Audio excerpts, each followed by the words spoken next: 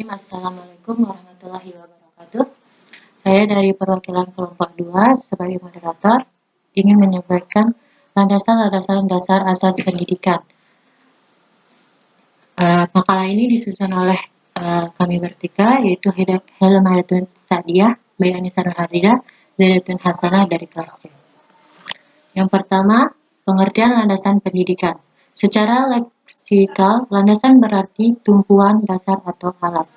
Karena itu, landasan merupakan tempat bertumpu atau titik tolak atau dasar pijakan. Titik tolak atau dasar pijakan ini dapat bersifat material. Dapat pula bersifat konseptual. Landasan bersifat konseptual identik dengan asumsi. Adapun asumsi dapat dibedakan menjadi 3 asumsi, yaitu aksioma, postula, dan premis tersembunyi. Macam-macam landasan pendidikan. Landasan yang pertama, landasan filosofi. Landasan filosofi merupakan landasan yang berkaitan dengan makna atau hakikat pendidikan, yang berusaha menelaah hasil masalah-masalah pokok seperti apakah pendidikan itu, mengapa pendidikan itu diperlukan, atau apa yang seharusnya menjadi tujuan, dan sebagainya. Penggunaan istilah filsafat dapat dalam 2 pendekatan, yakni filsafat sebagai kelanjutan dan filsafat sebagai kajian khusus yang formal. Filsafat sebagai kelanjutan berpikir ilmiah dilakukan oleh setiap orang sangat bermanfaat dalam memberi makna pada ilmu pengetahuan itu.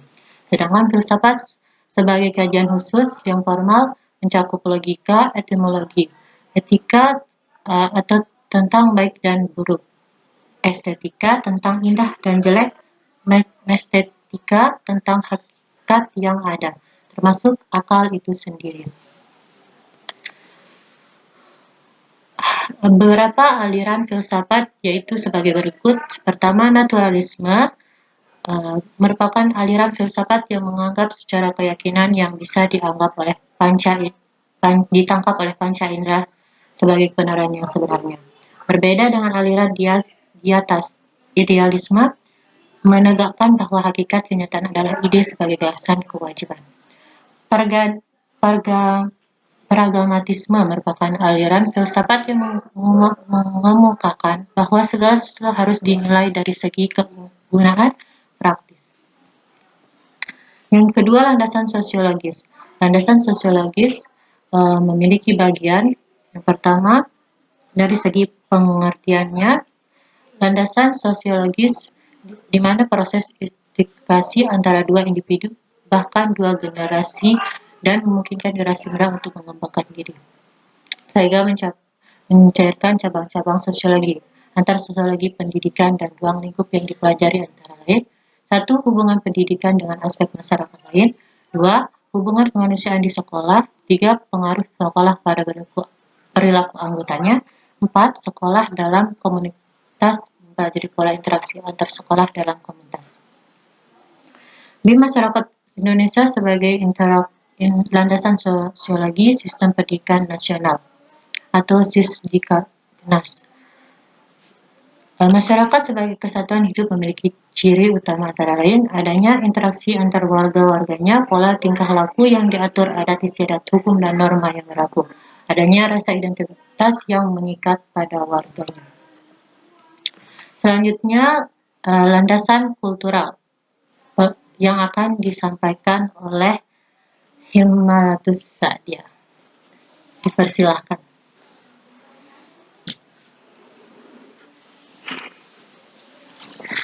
Lanjutkan pemateri anggota kami. Yang ketiga, landasan kultural. Pengertian tentang landasan kultural. Kebudayaan sebagai gagasan dan karya manusia beserta hasil budi dan karya itu akan selalu terkait dengan pendidikan, dan dalam belajar arti luas dapat terwujud seperti ideal seperti ide, gagasan, nilai, dan sebagainya. Yang kedua, kegiatan yang berpola dari manusia dalam masyarakat. Dan yang terakhir, fisik, yakni benda hasil karya manusia. Selanjutnya, kebudayaan nasional sebagai landasan sistem pendidikan nasional.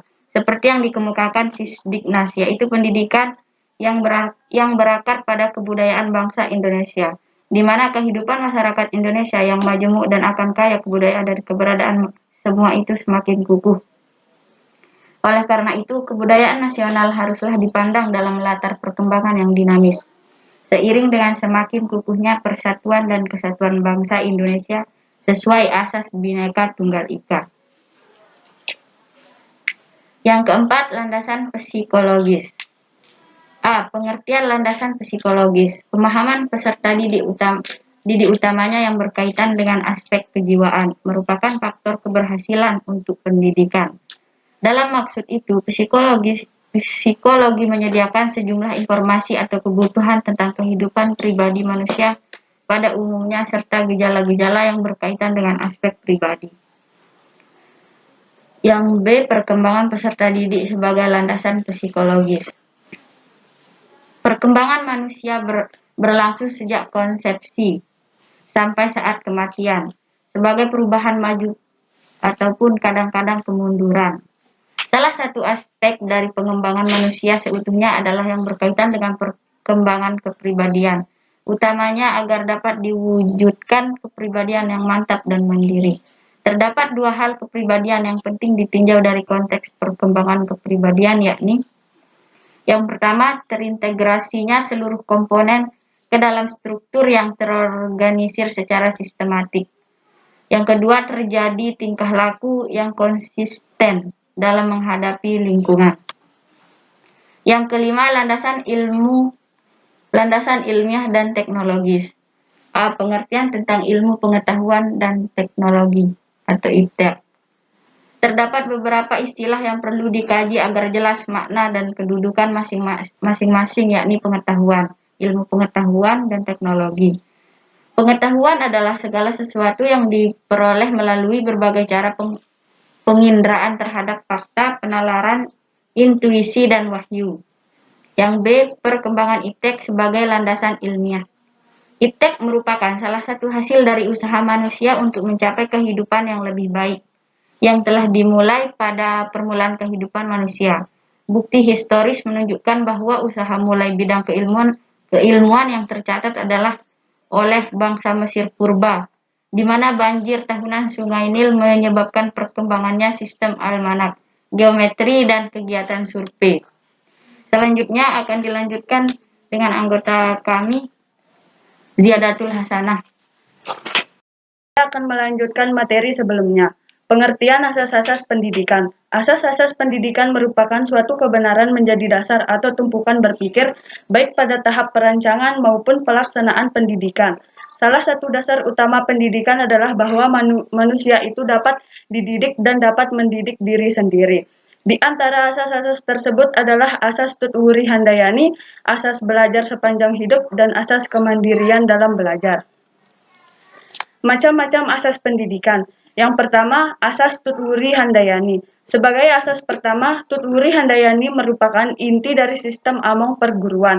Asas yang dikumandangkan oleh Ki Hajar Dewantara ini kemudian dikembangkan oleh DRS RMP Sustrokartono dengan menambahkan dua semboyan lagi, yaitu Ing Ngarsasung Sung Tulada dan Ing Madya Mangunkarsa. Kini ketiga semboyan tersebut telah menyatu menjadi satu kesatuan asas, yaitu yang pertama Ing Ngarsasung Tulada atau jika di depan menjadi contoh, yang kedua Ing Madya Mangunkarsa atau jika di tengah-tengah memberi dukungan dan membangkitkan semangat, yang ketiga Tutwuri Handayani atau jika di belakang memberi dorongan atau mengikuti dengan awas. Yang kedua, asas belajar sepanjang hayat. Asas belajar sepanjang hayat atau lifelong learning merupakan sudut pandang dari sisi lain terhadap pendidikan seumur hidup atau lifelong education. Kurikulum yang dapat merancang dan diimplementasikan dengan memperhatikan dua dimensi, yaitu dimensi vertikal dan horizontal.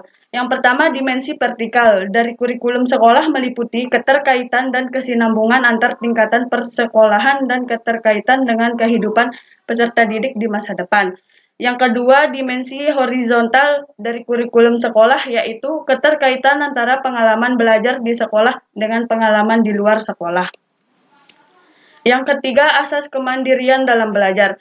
Baik asas Tutwuri Handayani maupun belajar sepanjang hayat secara langsung erat kaitannya dengan asas kemandirian dalam belajar. Asas Tutwuri Handayani pada prinsipnya bertolak dari asumsi kemampuan siswa untuk mandiri, termasuk mandiri dalam belajar. Selanjutnya, asas belajar sepanjang hayat hanya dapat diwujudkan apabila didasarkan pada asumsi bahwa peserta didik mau dan mampu mandiri dalam belajar. Karena adalah tidak mungkin seseorang belajar sepanjang hayatnya apabila selalu tergantung dari bantuan guru ataupun orang lain. Perwujudan atas asas kemandirian dalam belajar akan mampu menempatkan guru dalam peran utama sebagai fasilitator dan motivator, di samping peran-peran lain, informator, organisator, dan sebagainya. Sebagai fasilitator, guru diharapkan menyediakan dan mengatur berbagai sumber belajar sedemikian sehingga memudahkan peserta didik berinteraksi dengan sumber-sumber tersebut. Sedangkan sebagai motivator, guru mengupayakan timbulnya prakarsa peserta didik untuk memanfaatkan sumber belajar itu. Sekian dan terima kasih. Sekian dari presentasi kelompok kami, kurang lebihnya mohon dimaafkan. Wassalamualaikum warahmatullahi wabarakatuh.